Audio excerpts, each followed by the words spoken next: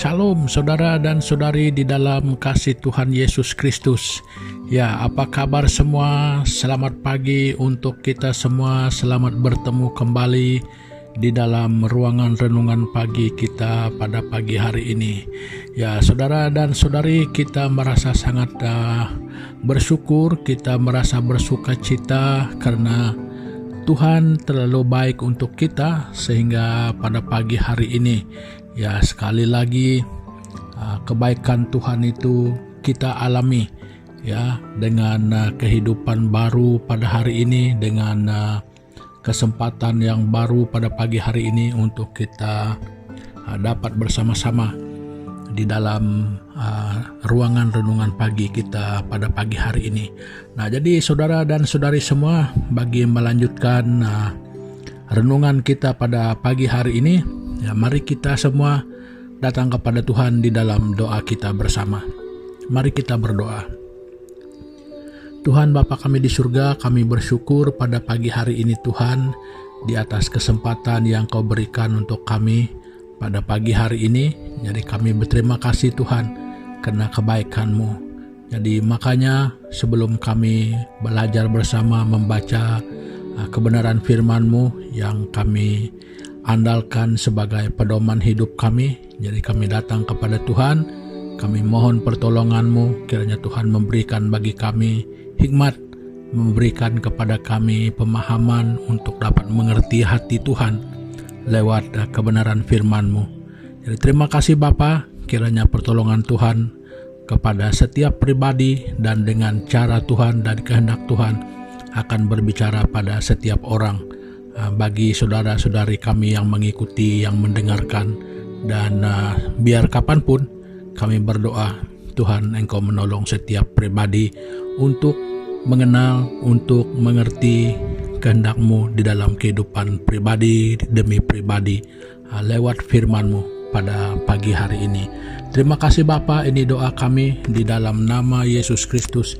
Kami sudah berdoa dan mengucap syukur. Amin. Nah, saudara dan saudari, pada pagi hari ini ya saya mau berkongsi sedikit ya pengalaman masih di bangku sekolah dulu ya, masih sekolah rendah ataupun SD, SMK, ya pokoknya di peringkat sekolah. Di sana waktu sekolah ya kita baru mengenal ya adanya ujian-ujian yang sudah disediakan oleh pihak sekolah untuk kita. Nah, jadi tujuan semua itu adalah untuk menilai ya prestasi kita. Nah, jadi sebenarnya itu baik ya supaya guru-guru akan lebih tahu apa yang mereka harus lakukan untuk menolong kita, dan bagi kita ya tidak kurang ada yang tidak suka dengan ujian ini. Jadi kalau gagal ya kena marah oleh ibu bapak, kena marah oleh guru-guru ya karena gagal. Nah, namun tujuannya bukan untuk itu, tetapi untuk menilai prestasi kita ya. Nah, jadi saudara dan saudari semua,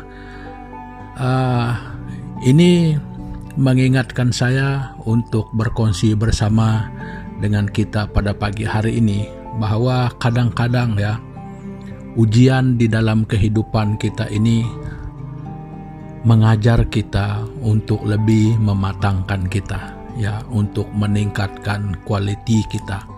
Nah, jadi bukan maksudnya untuk semuanya untuk menyusahkan kita, tidak ya. Saya tidak katakan semua. Jadi tetapi pencobaan, ujian itu kadang-kadang itu untuk mematangkan kita ya, untuk membuat kita lebih mempunyai prestasi di dalam kita menghadapinya. Nah, jadi saudara dan saudari, untuk itu saya ingin membawa kita bersama membaca di dalam kitab 1 Petrus pasal yang pertama. Kita membaca ayat yang ke-6 dan yang ke-7. Nah, begini bunyinya: bergembiralah akan hal itu, sekalipun sekarang ini kamu seketika harus berduka cita oleh berbagai-bagai pencobaan. Maksud semuanya itu ialah untuk membuktikan kemurnian imanmu. Nah, yang jauh lebih tinggi nilainya daripada emas yang fana, yang diuji kemurniannya dengan api, sehingga kamu memperoleh puji-pujian dan kemuliaan dan kehormatan pada hari Yesus Kristus menyatakan dirinya. Nah, saudara dan saudari, pembacaan ini juga mengingatkan saya dengan kisah Ayub ya. Jadi kalau menurut kisah Ayub itu sebenarnya, kalau di pembukaan itu kita melihat di ayat yang pertama bahwa Ayub adalah orang yang hidupnya saleh ya. Lepas itu dia mengalami banyak dan pencobaan yang begitu berat sekali di dalam kehidupannya. Nah, jadi panjang ya cerita dan pengalaman penderitaan Ayub. Nah, dan bukan di akhir tetapi di sepanjang kisah itu kita dapat melihat bahwa pengakuan Ayub kalau selama ini dia hanya mendengar tentang Tuhan itu daripada mulut orang. Nah, jadi ketika dia mengalami sendiri bagaimana kebaikan Tuhan itu, ketika Tuhan bertindak bagi dia, baru dia sadar bahwa pengalamannya dengan Tuhan itu ataupun apa yang dia alami itu, ternyata Tuhan itu jauh lebih besar daripada masalah ataupun pencobaan yang dia alami. Nah, jadi setelah itu kita dapat melihat bagaimana iman Ayub ini menjadi lebih matang. Ya, karena pengalaman itu, karena lewat daripada pencobaan yang dia alami, ketika dia bertahan dan ketika dia tidak pernah menyerah. Nah, apa yang terjadi dengan Ayub di penghujung cerita Ayub, segalanya dipulihkan berganda. Nah, jadi saudara dan saudari, terkadang pencobaan di dalam kehidupan kita ini ya bertujuan begitu. Jadi untuk lebih mematangkan kita. Coba bayangkan saudara dan saudari, kalau untuk masalah yang sama ataupun pencobaan yang sama saja berlaku dan kita tidak pernah mempunyai perubahan di dalam cara kita menanganinya. Nah, itu berarti kita itu terkandas di sana. Ya, karena seharusnya pengalaman itu lebih mengajar kita. Seandainya dia berulang, cara menanganinya pun tidak sama lagi seperti yang sebelumnya. Nah, itu yang seharusnya. Nah, jadi saudara dan saudari,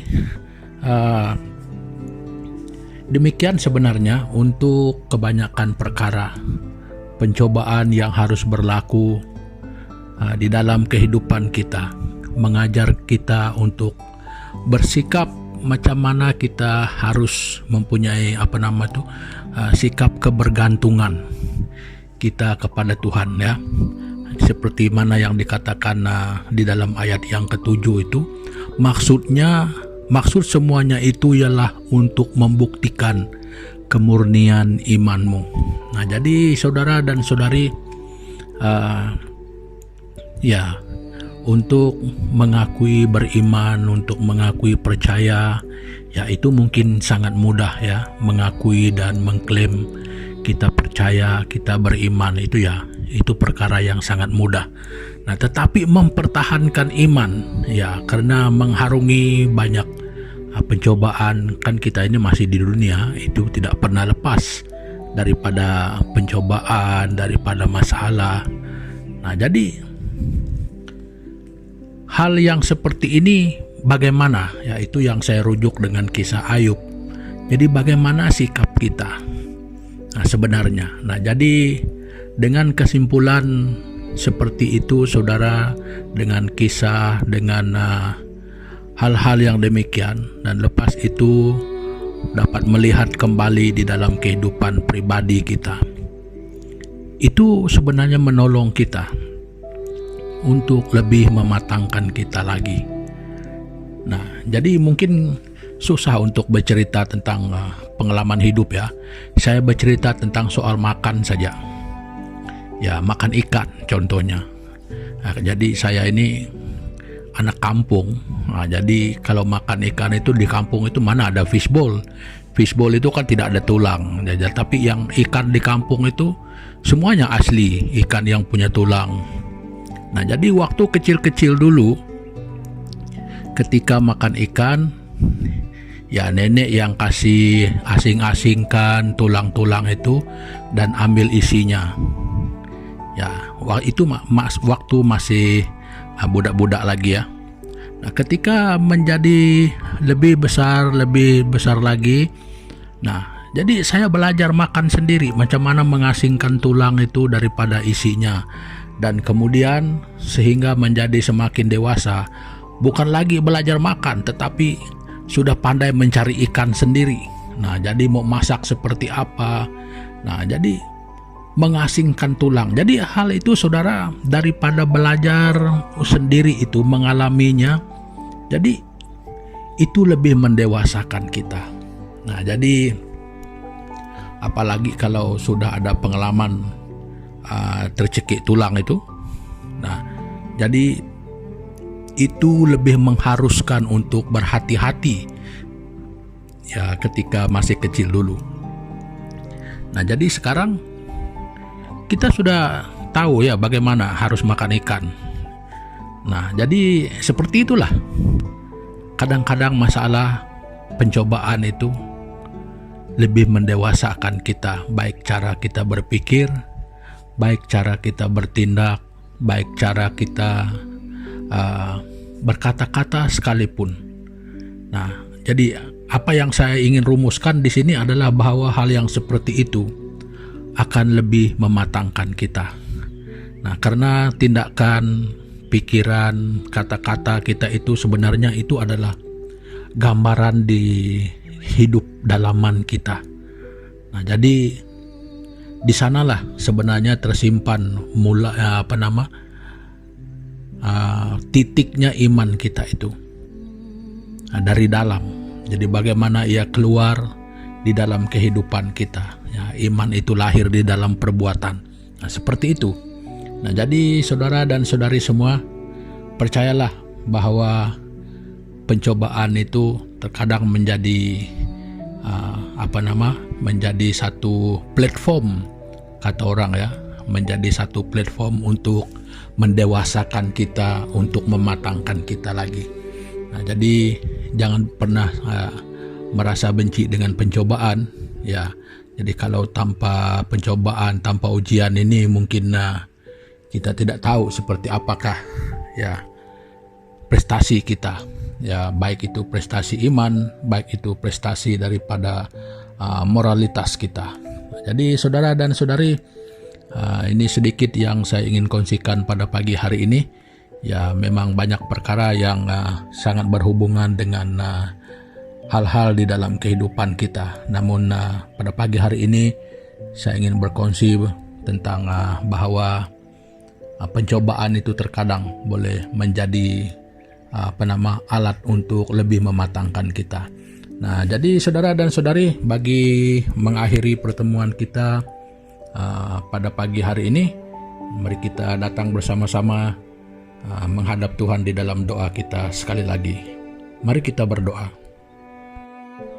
Tuhan Bapa di surga, terima kasih Tuhan Yesus pada pagi hari ini karena Tuhan memperingatkan kami dengan kebenaran firman-Mu yang mana bahwa kadang-kadang apa yang kami hadapi di dalam kehidupan kami ini boleh menjadi suatu alat yang mendewasakan kami, yang boleh mematangkan kami, baik dalam cara berpikir, cara kami bertindak, dan cara kami berkata-kata, yang mana semua itu adalah merupakan kehidupan dalaman kami. Jadi sesuai dengan kedewasaan iman kami sebenarnya. Nah, jadi Tuhan, kami berdoa pada pagi hari ini, kiranya di dalam kehidupan kami selama ini, kami mungkin selalu memandang bahwa ujian, pencobaan apa yang berlaku di dalam kehidupan kami itu adalah segala sesuatu yang hanya menyusahkan kami. Jadi ampuni kami Bapa, dan biar kami mulai pada hari ini kami boleh belajar bagaimana sesuatu itu boleh membentuk kami menjadi lebih dewasa lagi dan dapat mematangkan kami kepada satu prestasi ataupun tingkat ataupun pencapaian iman kami dan kepercayaan kami, sikap kebergantungan kami kepada Tuhan di dalam kehidupan kami pada masa-masa mendatang ini. Terima kasih Bapa, dan dengan kesempatan ini Tuhan, kami berdoa untuk saudara dan saudari kami yang walaupun kami tidak dapat mengenal dan menyebut satu persatu nama kami, Tuhan Yesus, Engkau mengenal keadaan kami, baik kekurangan, baik kelemahan kami, kekuatan kami, dan apa yang kami perlu sekalipun yang kami tidak sadar, yang kami tidak tahu dengan persis seperti apa, tetapi kami percaya bahwa Tuhan kami adalah Tuhan yang Maha Tahu. Jadi yang kami yakini, Tuhan yang selalu punya rencana yang terbaik di dalam setiap kehidupan kami. Tuhan, kami berdoa biar di dalam kehidupan kami bersama pada hari ini, apapun situasi kami, dan Tuhan, kami percaya Engkau tidak pernah meninggalkan kami, dan Tuhan selalu mempunyai solusi yang tepat, yang baik untuk semua kami. Terima kasih Bapa, pimpin langkah hidup kami semua di sepanjang hari ini, biar kami selalu berjalan menurut kehendak dan pimpinan Tuhan di dalam kehidupan kami. Terima kasih Bapa, ini doa kami yang kami naikkan hanya di dalam nama Tuhan Yesus Kristus, Tuhan dan Juru Selamat kami. Amin. Nah, saudara dan saudari semua, ya pertemuan kita pada pagi hari ini sampai di sini dulu, dan sampai kita jumpa lagi pada kesempatan yang akan datang. Terima kasih, Tuhan Yesus memberkati. Haleluya.